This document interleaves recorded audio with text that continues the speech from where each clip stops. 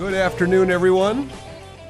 Welcome back to another edition of the MindsetGo radio show. I'm your host, Mark Altman, founder of MindsetGo. We are an intelligence company that specializes in conversation, emotional, and multi-generational intelligence. So today, we're going to talk about one of Ted and my favorite topics. And Ted is the producer of the show. He's one of my good buddies. And we're going to talk about decision fatigue. Decision fatigue. Ted, decision fatigue. And I got to tell you, as I was driving to the show today, I was thinking to myself, I was reflecting on what decisions I've already made today. And I was thinking, when my alarm went off this morning, I was like, should I put it on snooze and sleep a few more minutes? Yeah. I was thinking, what do I want to wear today? What do I want to have for breakfast? Do I need to take my allergy medication? Do I want to work out? Right. Okay. And that was just in the first half hour I was awake. Aye. So it got me thinking that how does the amount of decisions we make on a daily basis affect us as we go throughout the day, the week, and month? Do you experience that? Well, if you start off with that kind of stress, gee, I wonder what effect that might have. So what I realized in a funny way, Ted, is that what happens a lot of times is that I know when I get home at night, someone like my significant other or my kids or whatever, they'll say, Dad, what do you want to have for dinner? And I'm like, you know what? You decide. Yeah. I've already made enough point, decisions. Right, yeah. Right? And I feel like, I think you hit the nail right on the head, Ted, when you talk about stress. Because a lot of the decisions we make, we don't really need to make. And we create and turn them into stressful decisions. And I got to tell you, I was just reading an anecdote about former President Obama, who was experiencing decision fatigue, and he actually shared a story that he decided to only wear black and blue outfits so he did not have to worry about his clothing choices every day. Wow. Right? That's how extreme it got. It works for me. Right? Yeah. So, you know, as we explore this, that's just in your personal life. Now, for me, I think of, I play a lot of roles. So I'm a coach. I coach baseball and basketball. Right. And when I prepare for a practice, I think of all the different drills and things I want to do in practice and make those decisions. During the game, in-game decisions, there's who do I sub in? Right. Why? You know, what's the goals? Right. You got to make the decision fast, too. And you got to make them fast. You're under pressure. Exactly. So I just want to focus on, and as a listener out there today, I want you to realize that all the decisions you make on a daily basis really revolve around two words: priorities and choices, right? You are in control of your behavior, how you spend your time, who you spend your time with. And so a lot of the decisions you make and a lot of the fatigue that comes around those decisions come from your choice of priorities and your choice of how you spend your time. I like that. Priorities and choices. Yep. And you know, when I think about, Ted, and I don't know if you've thought about this, but when I think about life priorities, then you have overarching buckets. Your health. People talk about work-life balance all the time, right? Right. So there's a choice in itself. How much of my effort do I want to make to my health? And that could involve sleep, eating patterns, physical exercise. Well, you said it before. By the time you get to dinner, you make the decision. Yep. I'm done. And what happens, Ted, is when you get to dinner, not only you're done, but your motivation level goes down. Right? Because of that fatigue. Right. And it's an important time of the day. Very important. When you're going to decide on what your nutrition is and how you're going to feed those young minds. And you know what I find, Ted? I find that when you think about how physical, mental, and emotional health play in your happiness and success, I find that when I experience that decision-making fatigue, when I choose what I'm going to have for dinner, it's the difference between maybe just having a frozen dinner or having a dinner maybe that has a vegetable or has a starch or something, right? Right, yes, something a little more healthy. Yeah. So as we explore this, I want to talk about some of the consequences that we experience when we don't prioritize avoiding decision-making fatigue. And one of them is what's called the reduced ability to make trade-offs. right? So here's that choices word again, right? So we're Right. constantly making choices. Now, I'm the kind of person that it takes a lot for me at the end of a day to be disciplined enough to go outside, especially when the weather's nice, to read, even if it's something I'm passionate about. I'm more inclined to just veg in front of the TV, just sit, not do anything, rest my mind. But the ability to make trade-offs, it affects your ability to really know, not right from wrong, that's a little extreme, but it affects your ability to, in your mind, differentiate between good choices and bad choices, because your mind's too taxed to really go through the exercise to make those choices. Sure. How can you distinguish between left, right, up, down, right or wrong if you're just totally stressed out? You don't want to do it. Well, and you know where you see it a lot, Ted, is financial. You see it a lot with financial trade-offs, yeah. right? God. Well, you know what? I'm not going to buy that. I probably don't have the money. It's probably not within my budget. And then those kind of choices really play out. And The thing Douglas talks about all the time on the show that's on just before yours is that people don't realize that when you go out and buy a $3.85 coffee and you charge it on your debit card, but you've run down your balance and you haven't been paid yet, that cup of coffee ends up costing you $48. I love that. Well, and you know what I find? I find that we use the term deserve. It's an interesting word we use. So it's a great example you bring up, Ted, because let's say you're in the supermarket, you go to the cash register, and you see a candy bar. They put it right in your face at that Sure. cash register. So it's like, well, God, and you're not articulating in your mind, I've made 100 decisions today, but you're like, you know what? I've been making sacrifices all day, all week. I deserve this candy bar. I deserve that candy bar. Right? That's my candy bar. So I think, and what's interesting is how the financial decisions can totally weave in to the physical health decisions you make because of the I deserve, or because of, again, the inability to differentiate in that moment in your head whether this is good or not good. Because you've already made enough of those good, bad decisions. Well, in the 70s, we used to say that peanut butter was a communist plot. And, part of what was involved in that is society has got us all mesmerized or hypnotized, and they know when we're weakest, when we're standing in line at the grocery store, and they have all those impulse items there. Yeah. We're tired. That's why we never go to the grocery store hungry. That's one of the rules of my house. Yeah, and I'm thinking about this, Ted. It's a great example again, because I find that when I'm tired and I feel like I've made a lot of decisions, I do become very impulsive in general, and it's almost like there's like an unspoken freedom I'm looking for, where I don't have to hold myself accountable. Right. Well, there it is, the accountability. Right? Absolutely right. And so the unspoken freedom leading to a lack of accountability. And again, I mentioned the deserve, but it's giving yourself permission to not have to, is it follow any rules? Well, to obfuscate the rules. Definitely a word of the day warning right there. You get around it somehow. I mean, come on. Human beings can rationalize anything, and don't allow me to give you an example. I mean, it is horrendous what human beings are capable of when they choose to rationalize their decisions. Well, and I think what happens, when we started the show, I talked about, a half dozen decisions I had made in the first 30 minutes. And then where the priorities hurt you is if you're making a lot of needless decisions and a quantity of decisions, the time when you really have to make key decisions, you're not making good ones because of the fatigue. And that's where the trade-offs really hurt. Now, another way that people respond to this fatigue is what's called, something I'm sure everybody can relate to listening to the show, is what's called avoidance. You just do nothing. All right. And you stagnate. Can we change the subject? We can.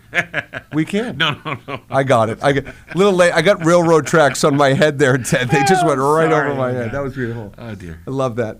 No, so you avoid it, and And so avoiding decisions, and you see this a lot when it comes to emotional intelligence and communication, where I see that avoidance come out is it relates to the whole assertive, aggressive, and passive. So a lot of people choose to be passive because they don't want to deal with something. You know, they just want to avoid it. Right, that's extremely intuitive of you. I didn't connect those all together. Yeah, and I think anytime you're trying to avoid something, it's not that deep down, I don't know that the root cause is you don't want to face it, but I think what it is it just seems like another thing on the list to have to worry about, deal with, or think about. When I had teenagers, I would always look out for the expression, "I don't know." And it came out, I mean, it was like 10 times a day. They'd say to me, when I ask them a question, I don't know. And I would stop them when they got older and say, every time you say that, think about it, because you do know, you just don't want to deal with it. Such a great example, Ted, because a lot of times when I do parenting workshops for MindsetGo, a lot of times we talk about when parents pick up their kids from school or activities and they immediately start saying, how was your day and what's going on and whatever. And kids don't even want to have to talk, think. They just want to breathe. They want to breathe. And so that's not necessarily decision-making fatigue. It's really relational fatigue. That's a great way to put it. Right? Yeah. And the teenage girls are much better at it than the boys. I mean, the teenage girls will just tell you to shut up. They do. Could you leave me alone, please? They do. And the teenage boys are like, well, if I'm not nice, I won't get my hot dogs when I get home. They do. So when we get back from the break, we're gonna continue to talk about decision-making fatigue, but we're gonna talk about how it ties in with emotional intelligence and impaired self-regulation. This is MindsetGo Radio Show. I'm your host, Mark Altman. We'll be right back. Welcome back, everybody. Good to have you on the MindsetGo Radio Show. And, during the break, it occurred to me, we're talking about decision-making fatigue, and boy, do the Boston Bruins have a decision to make tonight. You go into Game 5, and by the way, Ted, I got to tell you, 99% of the human population, if they got a puck to the face, blood dripping out, they're crying. I mean, they're 98% of the population. They're going home or they're going to sleep. Right? Yeah. Zdeno Chara gets up and grabs his face. He's like, "Ow!" That's it. Do I really have to go to the room? And they take him in there. What does he do first thing?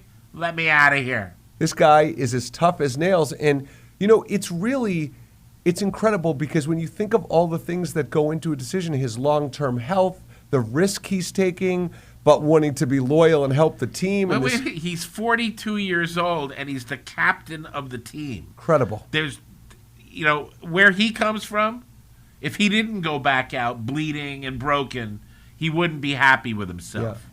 Yeah. And, talk about decisions. Incredible. And by the way, Ted, I just have to say, I love the difference between hockey players and football players and then baseball players. Like a baseball player runs down to first, injures his toenail, and it's like, that's it. That's it. I'm done. Where's my override? Incredible. So, Ted, when we were talking, so the decision-making fatigue, we talked about the avoidance thing, and one of the things I didn't cover with avoidance is time management, because I know I fall into the trap, and I've spoken to a lot of executives and colleagues who go to work every day and they get immersed in checking their email, right? Because I'm going to return emails, I'm going to do all these, A, because it feels like I'm getting something off my list. Right. B, it gives me a sense of accomplishment. Right. And C, because it helps me avoid the bigger things, longer projects, and priorities I really should be doing. On the checklist. Right, on the list. Right. And what I think is very subtle that a lot of executives don't realize is that by every time you're returning those emails, there's probably a decision you're making within those emails. So then when it comes time to do the stuff you're really supposed to be doing for the benefit and growth of your company, the immune system gets worn down, the thought process gets worn down, and you're just not making as strong of decisions at that moment. Right. I think it has something to do with confrontation, don't you?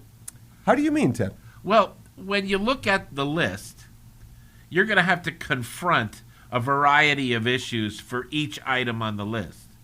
When you look at the email, you take them one at a time.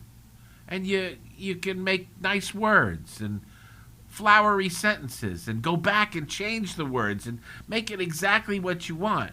Whereas when you confront someone in person about a specific item on the list, and then the two other people that are involved in the decision making, it can be a little difficult. And you can't always go back and backspace delete over that word after it comes out of your mouth. It's such a great point, Ted, because when I think of critical thinking, like being a critical thinker and going through a thought process, that in itself for one specific thing requires a lot of decisions.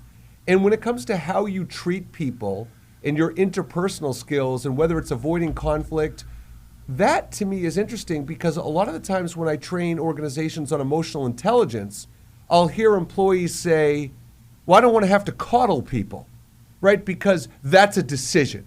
I just want to tell people what I want to tell people. And you know how those decisions are shrouded, Ted, often is, I just want to be myself.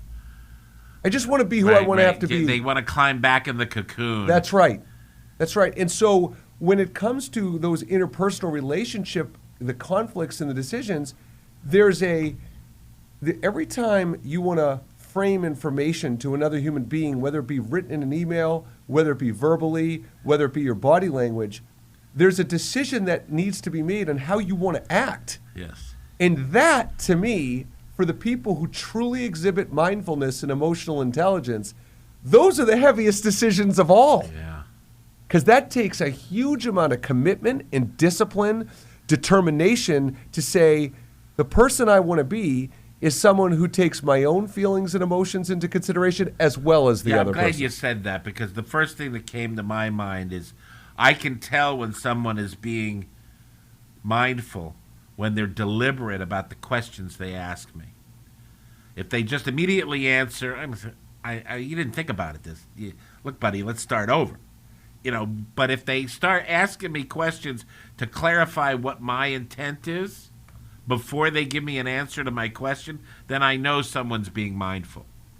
Well, and you made me think when you said that, Ted, is we're talking about decisions in general, but what about snap decisions?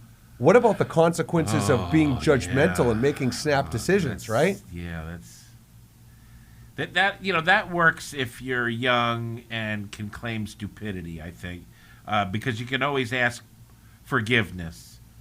But when you're older, like I'm 62, and if I just snap at somebody, I got nobody to blame but myself. I got nobody to look to for forgiveness. Yeah, but because it's out of my mouth, it's gone, and that person's always going to remember that. But Ted, I'm gonna be very vulnerable right now. I'm gonna tell you something I've never told you before. What's that? And it relates to you, and I'm gonna tell you about a snap decision.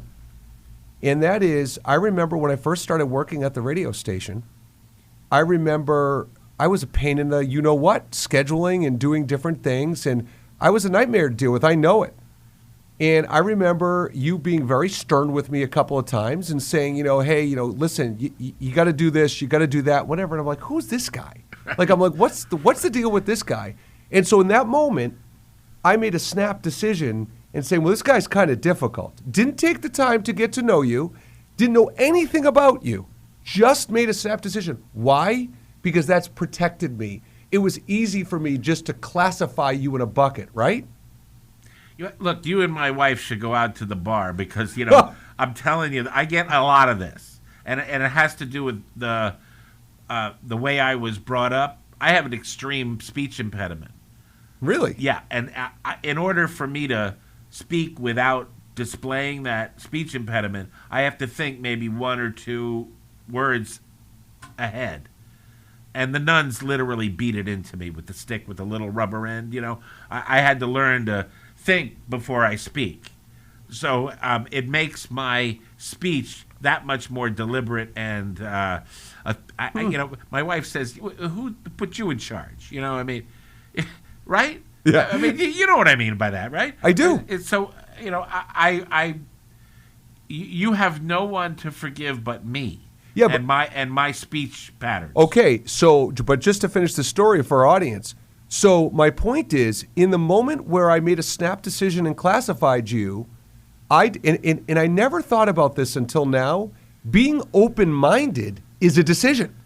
Yes. Right? So I could have said, well, I don't know this guy, but it was easier just not to have to even think about it. So as it turns out, you know this, when we finally had a chance to actually have a conversation one day, I'm like, I love this guy. Like, and now I remember that day. Right, but now, not only do I like you and have tremendous respect for you, but I've learned a lot from you.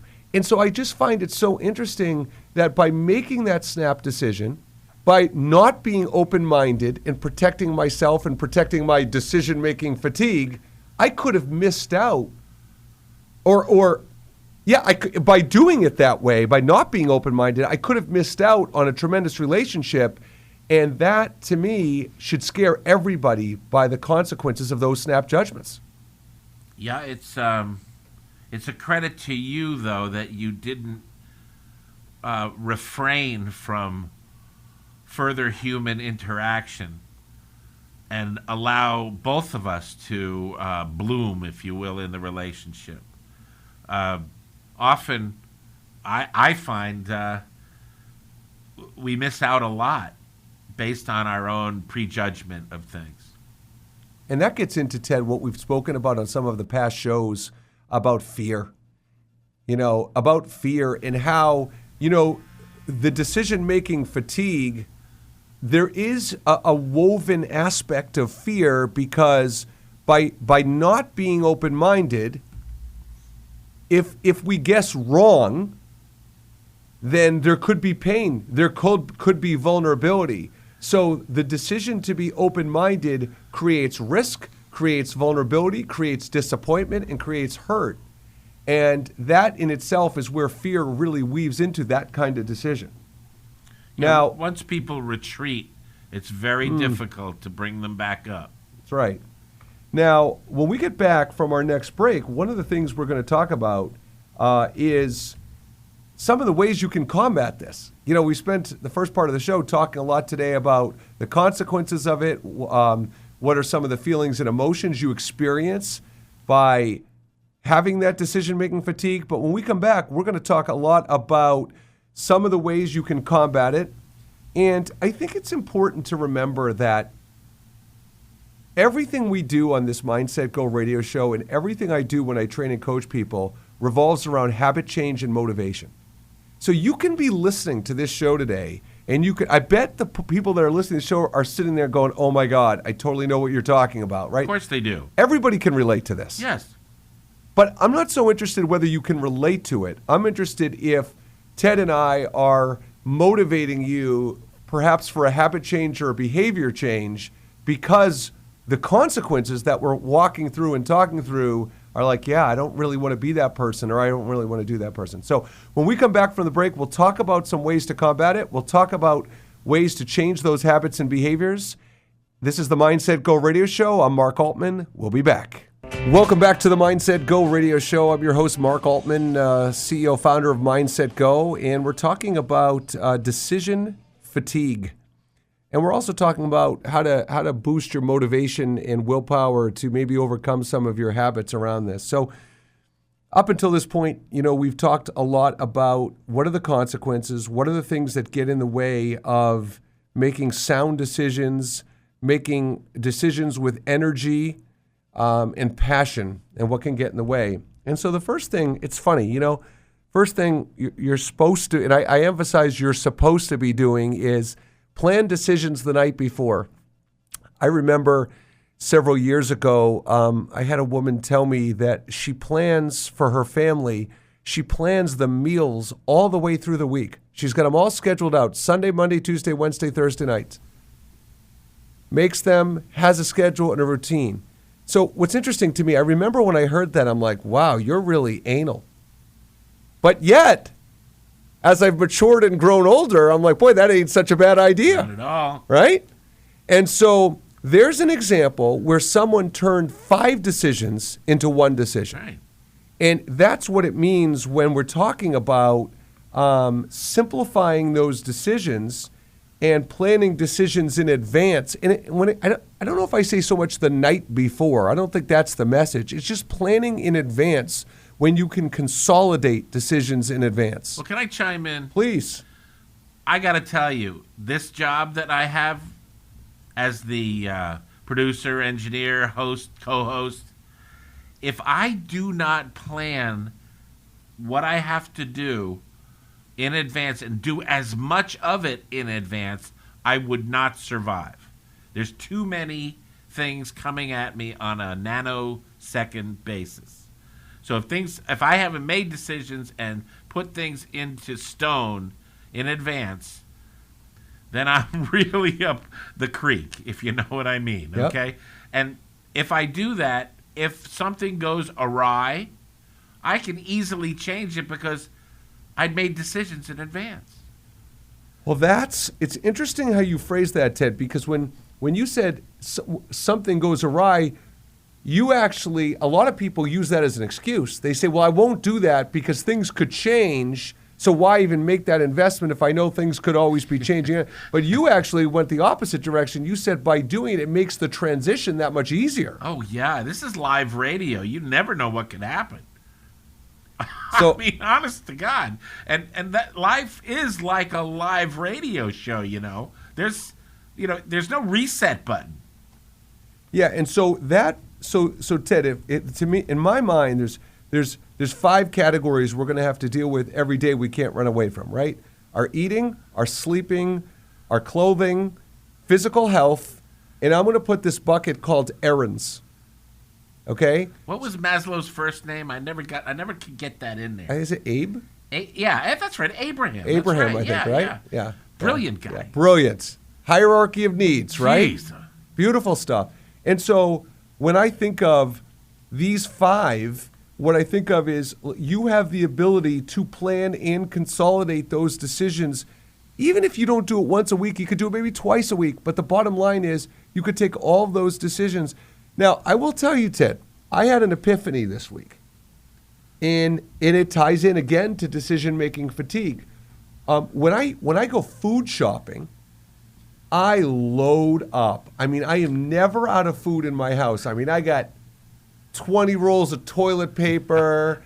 I got, I used to get like 10 bottles of apple juice. Oh, you're in great company, man. Right? Yeah. Why? Because I didn't want to have to go to the supermarket multiple times during the week. I'm not going back here if I don't have to. Right? Right. So it was efficiency. Yep. It was less decisions. It was time management, allegedly. Absolutely. But here's what I realized this week. That might work for some people. We might convince ourselves that works. But here's where it hurt me. I realized that I have trouble getting out of my routine and my rhythm. And sometimes going on those errands gets me outside, out and about. And instead of looking at it as an efficiency thing, I look at it like maybe if I do go a couple times a week, it's good. It shakes me out of my habits.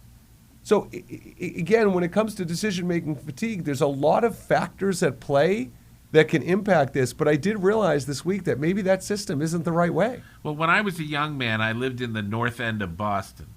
And my wife and I agreed that we would shop every day because we could. I mean, there was the hay market, the meat market, the fish market, and we could decide based on what was fresh and what was available. Now we moved to the north end of Worcester, and we got to go to the grocery store, but we still shop maybe once a day to see what the good things are, because you really can save a lot of dough. If you're hip to how they put it out. Yep. You know what I mean. I actually think it's a great example. It's really I think the approach I was using, I was disconnecting and missing opportunities or information. I love it. Opportunity cost to not giving yourself the grace of time to decide. And talking about mindfulness, this is really where the rubber hits the road. If you feel that you have to make a decision immediately, don't do it. Step back. It's like when the salesman comes to you, yeah, well, you can only buy this right now, and today at this price. Forever, ever, ever, never. Well, you know you're not going to fall for that one. So Ted, when you say that, what immediately came to my mind is the concept of ad-libbing, right?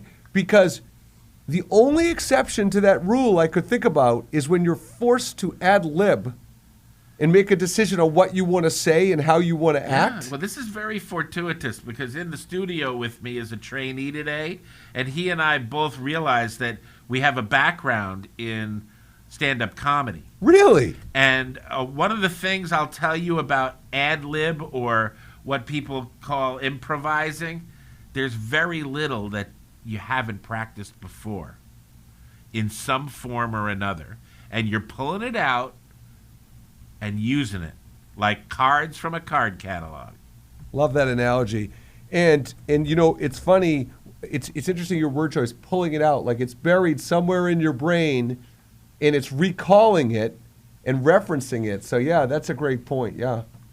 So Ted, now I got a little question for you, okay? So now we're talking about Wait a minute. I've known you long enough to know there are no little questions coming out of you. So lay it on me, baby. Well, actually, Ted, that shows me just how painfully you do know me. But I have to tell you, one time, so one of my tactics when I train salespeople is people are always so sensitive about time, and you're taking their time, right? So I tell them to do this thing, it's called the light at the end of the tunnel technique, where I say always give people a light at the end of the tunnel, that the time, you're not going to take up much more of their time. So I'll say, okay, can I just ask you 2 quick questions, okay? One time in my career, Ted, one time did I use that technique, and the person said, you said you want to ask me 2 quick questions 3 times now. So I'm like, you got me. It's the Columbo thing. So Ted, this is the best, right? Here's the trivia question for you. Okay. If you had to think about what is the most glaring example someone does over the course of a day that generates decision-making fatigue, and this is a hard question because you don't really know the context of where I'm going, but if you had to take a shot in the dark, what would you say? It probably has to do with what am I going to do next? What should I do first? Spot on. So the dreaded to-do list. Yeah, comes out. Dreaded. Talk about decision-making fatigue, the dreaded to-do list. And here's what comes out, okay? What am I going to do next? Now, I find a lot of people have given me the feedback that even if they have a to-do list, when I look at their to-do list, there is no prioritization system on there. And what happens to most people is the list gets longer and longer, and then when they don't get to it, they just lop it on to the next day. Transfer it over, right? Yeah. And so a technique I tell people with to-do list is put the date of entry of when you added the task to the list. That way, if it's been on there like a month or 2, you look at it and go, yeah, that's probably not going to get done. Yes. This problem has been proliferated by the advance of technology. Years ago, I had a black book, and my day was on there, and to the right was my list. And I'd go through my day and move things from the list onto the day and execute them, draw them, put a line through it, because get a great... Now, with the technology, you don't see your list when you look at your schedule. That's right. It's a different screen. Yeah, and not only that, but whenever I hear one of my competitors or colleagues say, you know what you have to do? You just have to prioritize. You just have to pick the 3 most important things you need to do every day. And every time I hear that, I'm like, yeah, no, you know what? I feel like the problem isn't that people don't realize they're supposed to do that. They don't have a system to know how to do that. Right. It's not in the how to be a good human being manual, right? And when it comes to prioritization, and we're going to talk more about this in our final segment today, but when it comes to prioritization, those things on your list, those decisions have to tie into something. Where do those decisions tie into? Because that's what's going to define it. So when we come back from our final break, we will talk more about some ways to cope with this problem, overcome these challenges. This is Mark Altman with the MindsetGo Radio Show. We'll be right back. Welcome back, everybody. And so I just have to start, Ted. If I was ever going to consider putting mercury in the trash, oh, no. I'm not anymore. Oh, no, don't. You know what? I think that commercial was really important because that took away a decision from a decision-making fatigue. I just know not to do it now. Check it off the list. Off the list. That's it. You know, I have a friend, Bob Martell. I'm sure you've heard his show. I have. He's the hypnotist, and he says, "But Ted, they don't tell us where to put it." That's what we're talking about, said, "Oh my Ted. God, Bob, you know, this is I mean, so We know to do it, but we don't know what to do. what to do with it, right? Yeah. So I always say, wait till your town has the hazardous waste Thursday, awesome. and go down then. Ted, you know what one of my toughest decisions are?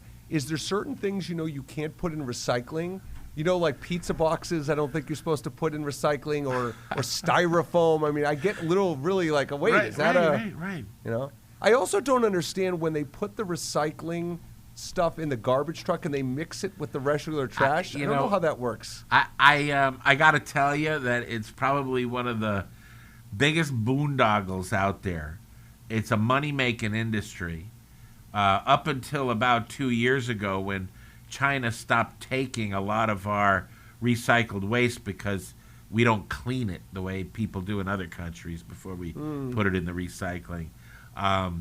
It's been a real moneymaker. But that's changed dramatically, and a lot of the towns have had to come up with money. Wow. So you pushed one of my buttons there. Now, Ted, before we get back to the matter at hand, I just want to tell you, I think one of the most successful radio jingles of all time, I'm going to give you 2 lines from it. It's immediately you're going to know it. Left on Spitbrook, right on Daniel Webster. Right? Yep. How good was that radio jingle? Oh, man. That was back when they really... they had people competing to do these things. Mm-hmm. And there's like a handful of companies that do them now. Incredible. We have one, we're lucky to have Zip Zipfeld, who is the voice who does the tips and tails for your show. And he's been around forever. When I come back in my next life, I would like to be named Zip Zipfeld. Isn't that a great name? That's the best name ever. Oh, God, I can't wait to introduce you guys. You guys will get along. God, I can't wait. So Ted, just picking up where we left off before the break, it's that knowing, yes, I need to prioritize. To make better decisions, I need to know going in. So here's the thing, right? Every night you go home, you got to work the next day. You walk into the office, and do you know what you're going to do, right? You walk in, and what do most people say? Well, I check my emails, I look for any communications I need to return, and that's how they start. So they know that's going to start the day. The problem is, as obvious as that sounds, is that could totally derail you and take you down a terrible path for the rest of the day. So if you know, hey, these are the 3 things I need to do, then someone says, well, Mark, how do I know which are the 3 things? And they say, well, this is how. If you're a professional running a business or in a business, you should know what the company vision is. You should know what the goals are of the company, the purpose, the mission, and things like that, because if you know what the end goals are for the organization, everything you're focused and prioritized should tie into that. That's what alignment is. So if you're struggling to know what are the top 3 things to do, the first place I'm looking is I'm talking to my manager, I'm talking to executive leadership, or if you don't feel comfortable advocating, go on the website, for God's sake, and see what the company mission and values are. Use that language. Right? Use that language. If nothing else, that's where it starts from. Because, as a matter of fact, I just sent out an email to my team. We landed a new client a couple days ago, and I sent an email to the team, and I said, hey, great news, everybody. And one of the key sentences I used in the email, let's keep focused on high revenue generating activities. That was my way of saying, whatever you're doing right now, it better tie into that. Yeah. But I don't think most people understand and have the mindfulness to come back when they're organizing their tasks and priorities to know that, Ted. Well, I think it begins where you began. And that is, they are starting off their day being reactive rather than proactive. Yep. Instead of saying, here's my mission, here's where we're going, and let me make a decision that supports that right now, and go and find the first item and be proactive with it. Whereas if you start your day with, well, I got to deal with these things, and I got to deal with that, and maybe I won't get out of here in time to do this or that, it's all reactive. Yeah, I think that's perfectly stated. And you know what? You know what's the difference? And I've started to really prioritize this word. And the word is commitment. And I think when it comes to decisions and habits and behaviors, and here's an example of what I'm saying. I was having a conversation with someone this morning, and I asked them to do something. And they said, I'll try my best. And I'm like, I just had such an empty feeling in my stomach. I'm like, I don't really think they're going to do it. They just have a built-in excuse. I'm going to try my best.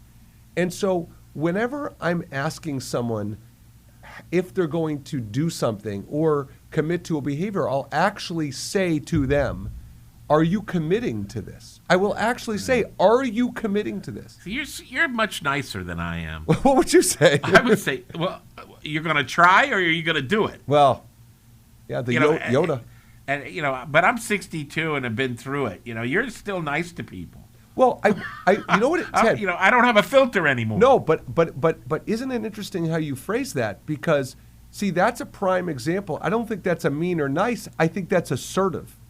So I think your approach, see, you described it as not being nice. I didn't feel anything not nice. I felt that was assertive. Okay, I'll take that. And so what it comes down to is there have been several studies in the last few years done by multiple sources that when you're in a conversation with someone and you use the word commitment and ask them to use the word commitment, because of people's fears and phobias around commitment, once they say it, they actually feel an obligation to do it. Right. So. Right. The thing I always try to impress on someone when I've had a meeting with them, that I'm going to send a follow-up letter. And just so you know, for me, the follow-up letter is not about being nice and remembering who we are. The follow-up letter is to remind you of the commitment you made to me and the commitment I made to you. Love it.